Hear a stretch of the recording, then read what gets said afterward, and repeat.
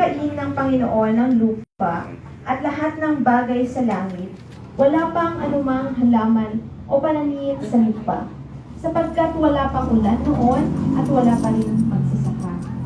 Ngunit mayroon ng bukal ng tubig na dumidilig sa lupa. Likha ng Diyos ang tao mula sa alabok, hiningahan sa ilong at nagkaroon ng buhay. Naglagay ang Panginoon ng isang halamanan sa Eden, sa dakong silangan, at doon dinala ang taong kanyang nilalang. Pinasibol niya roon ang lahat ng uri ng kahoy na kalulugod sa paningin at masasarap ang bunga. Sa gitna ng halamanan, naroon ang punong nagbibigay buhay, at ang punong nagbibigay ng kaalaman tungkol sa mabuti at masama. Inilagay ng Panginoon ang tao sa halamanan ng Eden, upang ito'y pangalagaan at pagyamanin. Sinabi niya sa tao, makakakain mo ang alinmang bungang kahoy sa halamanan, maliban sa bunga ng punong kahoy na nagbibigay ng kaalaman tungkol sa mabuti at masama. Huwag na huwag mong kakainin ang bungang iyon. Mamamatay ka kapag kumain ka niyon. Ang salita ng Diyos. Salamat sa Diyos.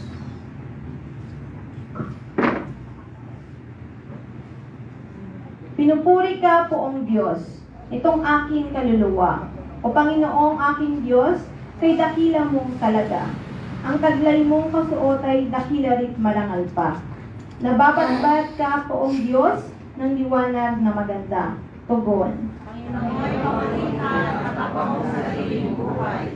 Lahat sila'y umaasa sa iyo, ay nag-aabang, umaasa sa pagkain na kanilang kailangan. Ang anumang kaloob mo ay kanilang tinatanggap.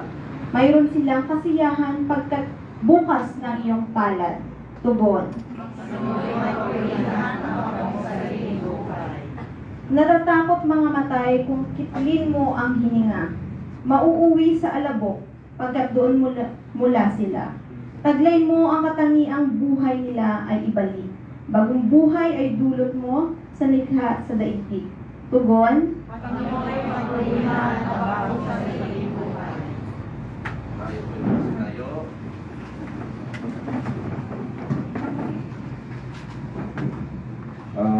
Haleluya, haleluya. Likhain mo, Poong nakikinig ako sa iyong mga salita. Haleluya, haleluya, haleluya. Sumainyo ang Panginoon. Ang mabuting balita ng Panginoon ayon kay San Marcos. Papuri sa iyo, Panginoon.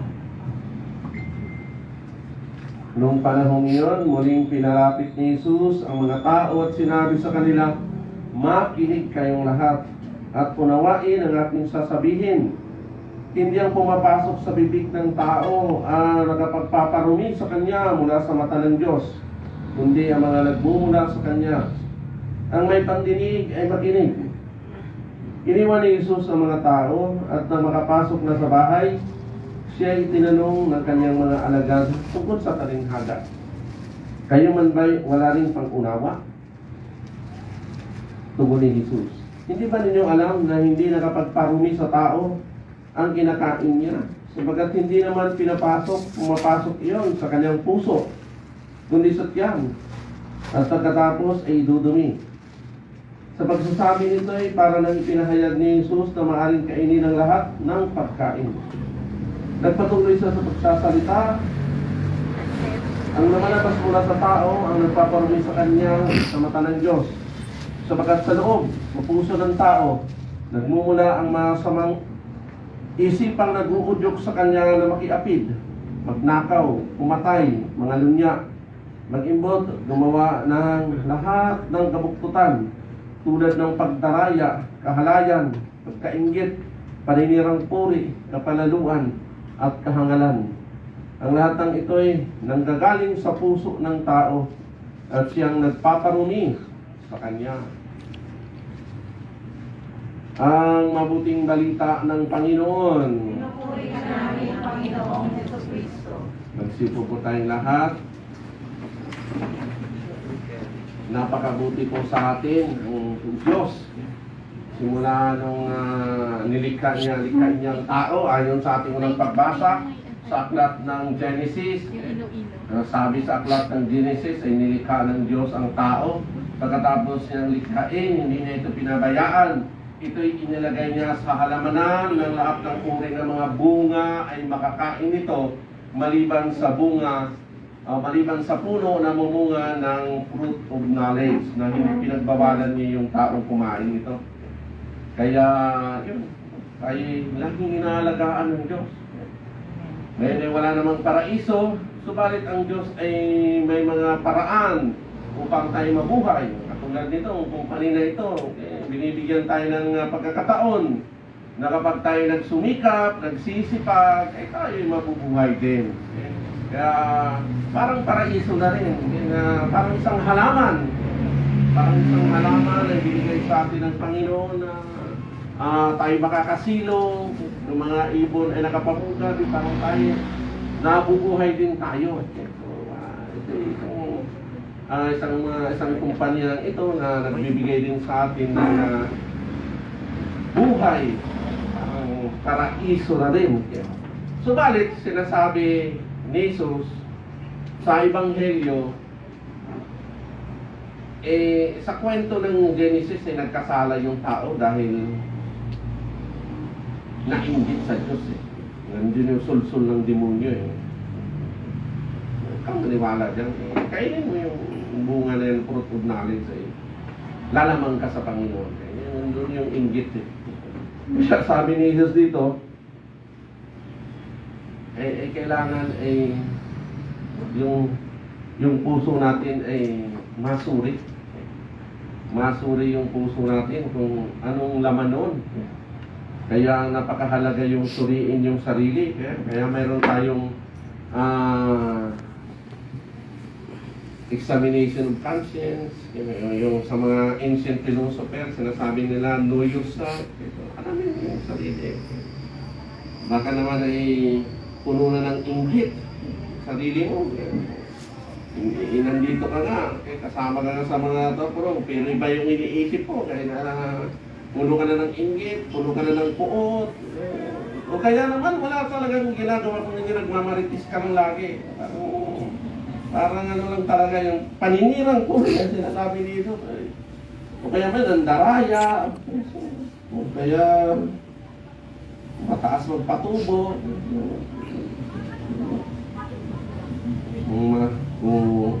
Kung magpatubo lampas na sa puhunan. Yung puhunan na 100 lamang binibinta yung produkto ng 300 ay lampas-lampas na sa puhunan. Kasi paminsan-minsan isunin natin puso natin tayo ng daya na kaya dahil ay yung buhay natin ay puro-puro na palalo parang babala na lamang. Kaya si San Agustin ay meron siyang magandang pagninilay. Sabi niya sa sarili niya, okay, nilikha tayo ng Diyos na kamukha niya. Ngayon, ano yung nasa akin ngayon na kamukha ng Diyos? So, what is in me that looks like God? We are created in the image and likeness of God. Ano na ngayon ang kamukha ng Diyos sa buhay ko? Meron pa ba kayong kamukha ng Diyos? O parang mga animal na tayo? Yung buhay natin ay hayop. Yung wala nang mukha ng Diyos, okay? Parang kahayupan na lamang nandyan. Kaya pera-pera na lamang, mukha na ng pera yung nandyan. What is in me that looks like God? Okay, pwede rin natin tanongin yung sarili natin. Kung ano, nilikha ko ng Diyos, what is in me that looks like God? Kaya sa kanyang pagnilay-nilay, nakita din yung kasagutan. Sabi niya, hindi po pwedeng personal physical appearance. Kaya nilikha ko ng Diyos na physical appearance otherwise, magkakaiba-iba yung mukha ng Diyos. Mayroong matabang Diyos, may matangkad na Diyos, may Diyos na maputi, may Diyos na maitim, may Diyos na kalbo, may Diyos na parang gano'n. So, hindi po pwede. Okay? Kaya sabi niya, what is in me that looks like God? Tapos ang kanyang sagot ay ganito, it is my capacity to love. The capacity to love. Yun na lang natira sa buhay mo, nakamukha ng Diyos. Dahil ang Diyos ay pag-ibig, ang pag-ibig ay Diyos. Kung ikaw ay marunong kumibig, ikaw ay kamukha ng Diyos. Kulang Kaya pa. kayo ba yun, kulang-kula. Yun ay tanda ng pag-ibig. Kulang-kula. Valentine's Day na yung sunod na linggo. Kaya naway yung maghari yung pagmamahal sa isa't isa. Maghari pagiging mabait, maunawa.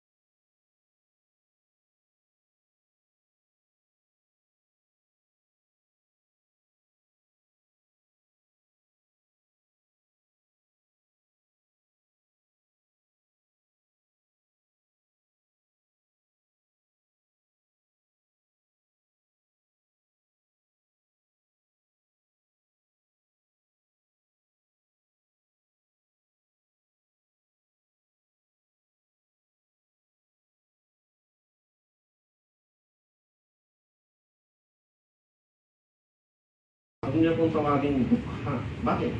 Dahil si Jesus ay sumasahin. Ang lahat ng iyan na pinagmamayabang yung sa material possessions ay nanggagaling kay Jesus. Kaya nga sinasabi ni Jesus, seek first the kingdom of God and all these things will be added unto you. Kapag ikay laging in love, laging yung may passion sa pagbibinta ng mga produkto ng MCA, ay marami yung kita. Pero kung pakuya-kuya ka lamang, maghihintay kung kailan darating yung customer, kung maghihintay darating yung pera, wala po nangyayari. Nung isang araw nga, may nakinig sa radyo, may natutuwa. Taas daw ng inflation, di ba? Inflation, ekonomiya. Yung commentator ng radyo, inanimbitan ng ekonomista. Kwentuhan sa tapos at the end, sabi ng commentator, ano ba talagang epekto? Halimbawa kung gumanda na yung ekonomiya ngayon, ano bang epekto yan sa mga mamamayan? Parang hindi naramdaman parang hirap na hirap pa rin ngayon ng mga mamamayan Ay sabi ng ekonomista, maramdaman po yan sa mga taong nagsusumikap, sa mga taong may trabaho. Sabi ng commentator sa radyo, paano yung mga nasa bahay, mga ginang, mga ganyan, mga nandiyan lang, nakatambay, para ramdaman nila sa masa. Kapag ikaw po'y sa bahay, lamang at kuya-kuya Facebook ng Facebook, Messenger ng Messenger, at wala ka namang ginagawa, wala po tayong ekonomiyang pag-usapan. Ang pag-usapan po natin ay ayuda. Kasi wala ka naman ginagawa. Paano natin pag-usapan yung ekonomiya wala ka naman ginagawa? Subalit, sabi ng ekonomista, kapag ikaw halimbawa sa bahay, nagluluto ka ng pansit at inunlay mo yan, o kaya banana pio, o kaya nag-barbecue ka, yun, meron tayong ekonomiyang pag-usapan. Pero kung Facebook ng Facebook ka lang at tungits ng tungits sa bahay at kwentuhan ng kwentuhan at kaya gin ng gin lang wala tayong ekonomiyang pag-usapan. Ang pag-usapan ay ayuda. Pero sa buhay natin nagsusumikap tayo ngayon meron tayong ekonomiyang pag-usapan. Lalago rin kayo kasi basta nagsisimula natin kailangan lamang may Panginoon. Kaya, ako po'y last na kwento. Ako po'y nag-attend ng, bago mag-retire itong may-ari ng Robinson, si John Gokongwei. Ako po'y nag-aaral sa seminar sa Ateneo, Katipunan, Ateneo de Manila, Katipunan. Tapos time po yun na nagre-retire po to si John Gokongwei. Si John Gokongwei po ay may-ari ng Robinson, may-ari ng Cebu Pacific, may-ari ng Ice Tea, yung Cito. Cito yan, siyempre. Noong una daw talaga, kinuwento niya yung buhay niya. Yung mga age 30, 40s pa lamang siya, wala po talaga siya. Doon po siya sa Cebu lumaki. Lumaki po siya sa Cebu.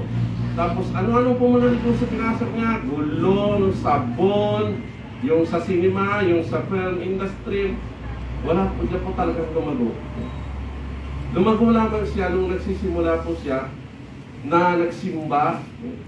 Doon po sa kanyang lugar, mayroon pong simbahan doon sa Cebu. Ang tawag po ay Sacred Heart Parish. Dinadaanan po niya, doon po siya nagsisimba. Yun po yung simbahan ng mga Inchik. Parokya para sa mga Inchik. Tapos ngayon, ayun po sabi niya, nag-promise doon siya sa Panginoon. Yung kalahati ng kita niya ay lagi niya binibigay sa simbahan niya, sa Panginoon. Pagka kumita siya ng 50 pesos, 25 pesos, bigay niya. Kumita siya ng 100, 50 pesos, binigay niya. Kumita siya ng 1,000, 500, binigay niya. Kumita niya 10,000, 5,000, binigay niya. Kumita niya siya ng 100,000, 50,000 binigay niya. Tapos ngayon, yung principle ng business niya, sipag, tiyaga, at saka blessing ng Panginoon.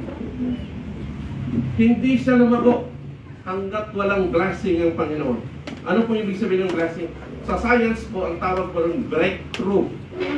Breakthrough. Ibig sabihin, doon po daw sa Cebu, nagluluto po sila ng mais, pero yung giniling nila yung mais, yung parang ginamang kanin, yung bigas, ginamang bigas yung mais, tapos yung may maliit pa daw noon, ng pangalan ay tik-tik. So yun po ay nilulugaw sa Cebu. Nilulugaw po yun, yung parang harina ang pino, parang corn na harina, okay? Nilulugaw niya yun. Tapos ngayon, yung kanyang mga pamangkin, dumating.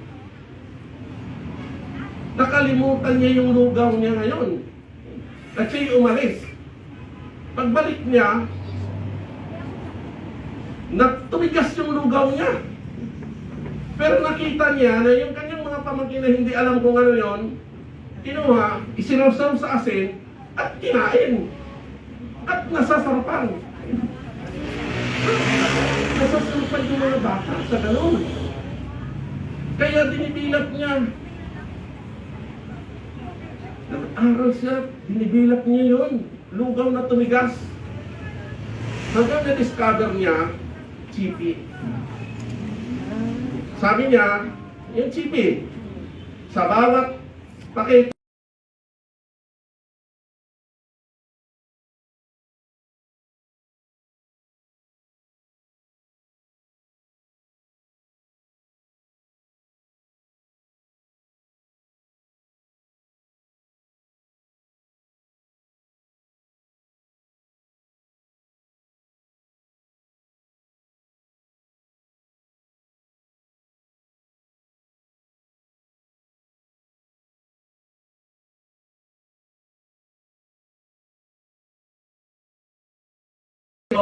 doon po yun ang gagaling sa corn. Ayan, nung lumago na, nagtayo siya ng milling sa corn. Ang tawag general milling. Kasibo.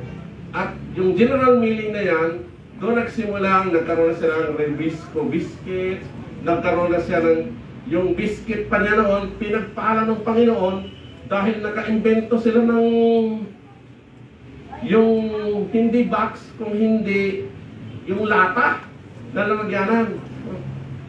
Ang ginawa ng mga tao galing sa city, binibili yung lata na yon para sa pag-uwi sa probinsya. Subalit, ginawa din upuan sa bus. Kung walang, halimbawa, biyahe Maynila to Bicol, walang maupuan, punong-puno na yung bus. Ginawang upuan yung pagdating sa bahay, may pasalubong na biskwit. Yung mga probinsya, talagang may pasalubong na biskwit. Pagkatapos maubos yung biskwit na yan, nilalagyan pa ng bigas. Kasi hindi kakainin ng daga. Hindi niya maiisip yon kung bakit dumating sa buhay niyang gano'n. Hindi niya maiisip. Ibig niyang sabihin, ito po talaga ay biyaya sa akin ng Panginoon. Yung lugaw pala, biyaya sa akin ng Panginoon. Hindi niya maisip na masasarapan yung pamangkin niya eh. Yun, breakthrough.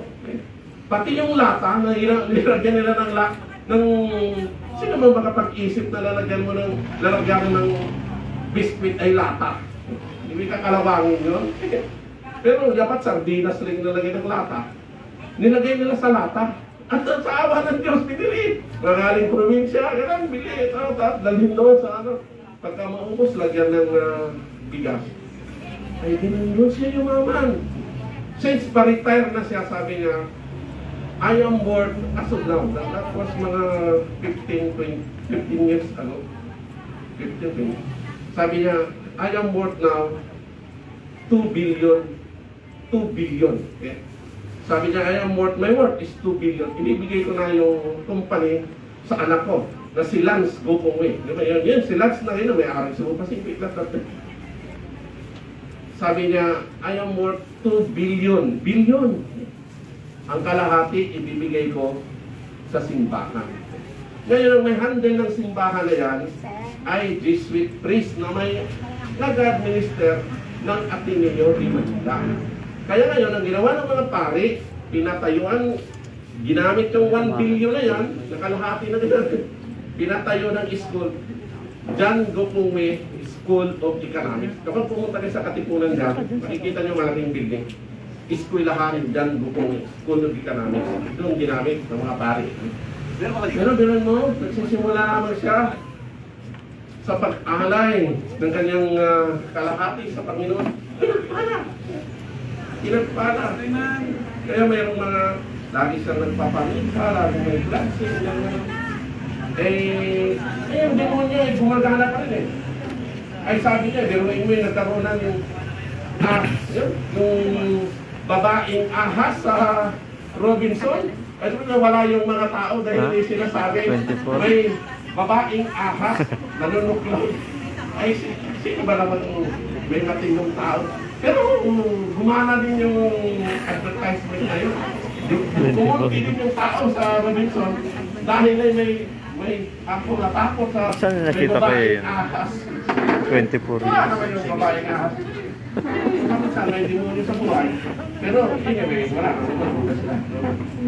Mga kwentong ganyan. Yan ay bigay yan. Talaga sinasabi niya. Lahat ng ito ay bigay. Kaya kayo, bahalang araw, magkakaroon din ng blessing, magkaroon din ng breakthrough. Magiging isang malaking kumpanya din kayo. Huwag lang may kapag-competing siya sa isip dahil yun ang pinagmulan niyo. Lalabutin kayo. Basta laging priority ang Panginoon. If God is in me, sabi ni St. Paul, who can be against you? Amen? Amen. Palakpakan natin ang Panginoon.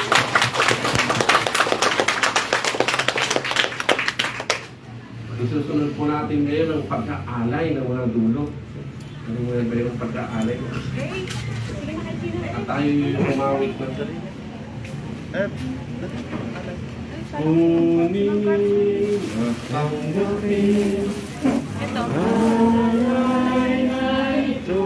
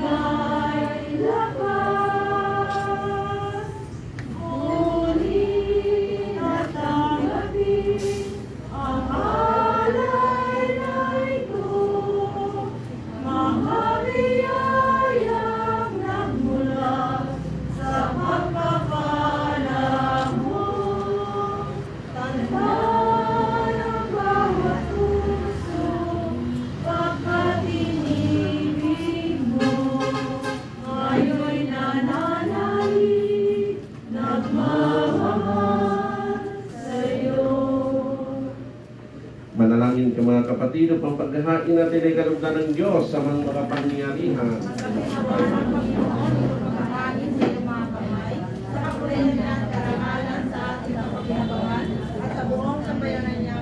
Kama namin lumikha ang pagkain kinaming narito ay yung ginawa upang mapalakas kaming mga mahihina. At alam mo ito ay aming mapagsaluhan bilang pakikinabang sa buhay mong pang magpakailanman sa pamagitan ni Jesucristo kasama ng Espiritu Santo magpasawalang hanggan. Sumainyo ang Panginoon. Nasa Diyos ang inyong puso at diwa.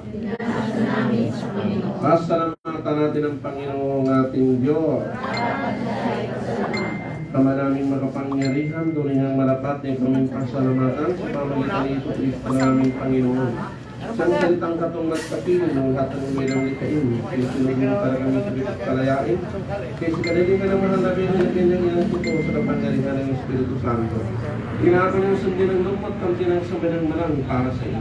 Pinagtiisan mo na sa krus ang kanyang mga kamay upang magwakas ang kamatayan at mahayag ang pagkabuhay. Kaya kayo sa mga anghel na nagsisiawit ng papuri sa nang walang humpay sa kalangitan, kami nagbubunyi sa iyong kadakilaan.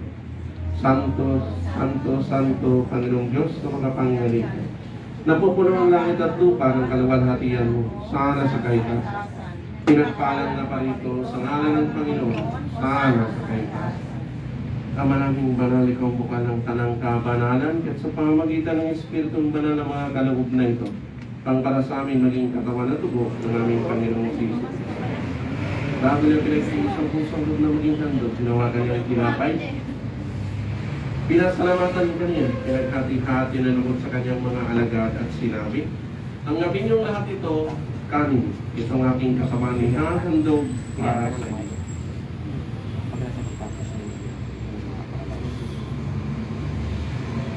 Hindi naman matapos ang hapunan, ginawa kanyang kalis, muli kanyang pinasalamatan. Inabot niya ang kalis sa kanyang mga alagad at sinabi, tanggapin niyong lahat ito at inumin. Ito ang kalis ng aking dugo ng bagat walang tipan, ng aking dugo na ibubuhos para sa inyo at para sa lahat. Sa kapagpapatawad ng mga kasalanan, gawin niyo ito sa pag-alaala sa akin.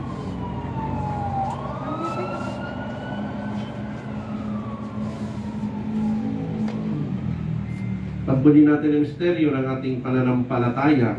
Si Kristo ay namatay, si Kristo ay nabuhay, si Kristo ay babalik sa wakas ng panahon. Ama, ginagawa namin ang pag-alaala sa pagkamatay at muling pagkabuhay ng iyong anak.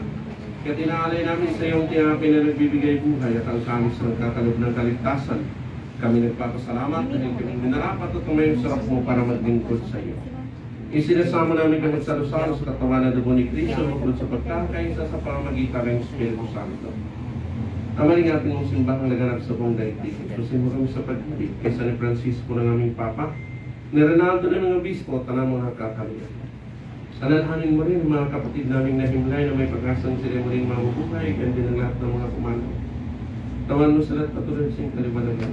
Tawan mo sa ginapatin kaming lahat na makasalos yung buhay na walang wakas kaysa ng mahal na Birhing Mariana ng Diyos, kaysa ng mga apostol at lahat ng mga banal na namuha din sa daigdig ng galugod-lugod sa iyo.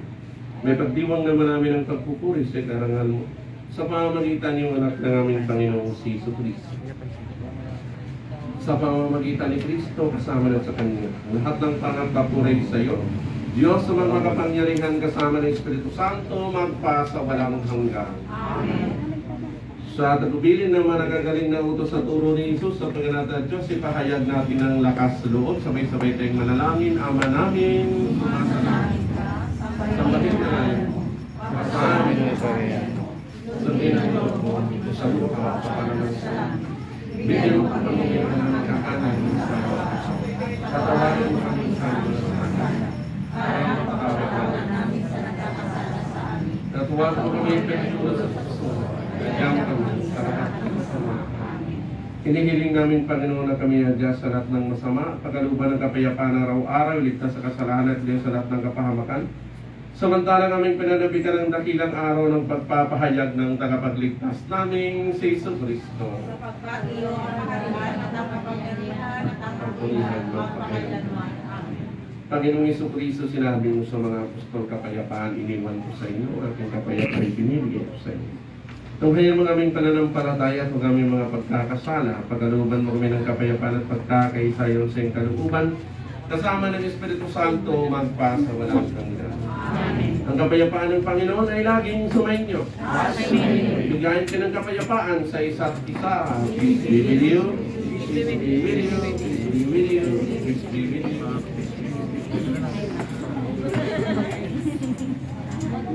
Kordero ng Diyos, nag-aalis sa mga kasalanan.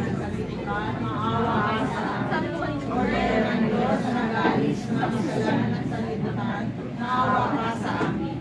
Kordero ng Diyos na nag-aalis sa mga kasalanan at sanlibutan, ipagkaloob mo sa amin ang kapayapaan.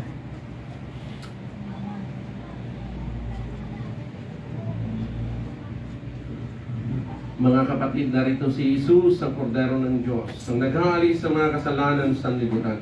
Mapalad yung mga inanyahan sa kanyang piging.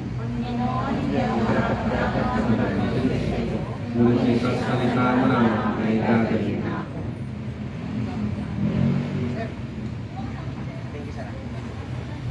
Katawan ni Kristo. Amen.